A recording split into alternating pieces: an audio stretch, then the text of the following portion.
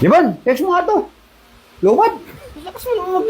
Oh, Kanina pa kasi nilalaro, di mo magpahinga eh. Ito po ngayon ang kinaaadikan ng tatay ko ngayon dahil sa mga old school na laro na nakalagay dito. Alam mo bang meron etong 20,000 na lumang video game, lahat ng mga nilalaro mong laro noong kabataan mo ay siguradong nandito.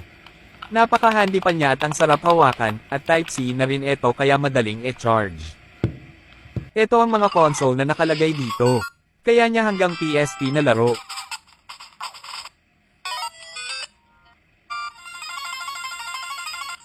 At syempre hindi mawawala tong laro na eto.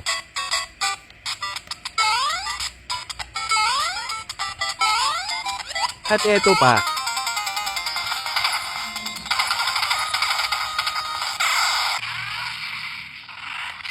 Lalagay ko yung link dyan sa yellow basket. Ano, di okay na? Di, okay na? ayos naman. Adik na, adik.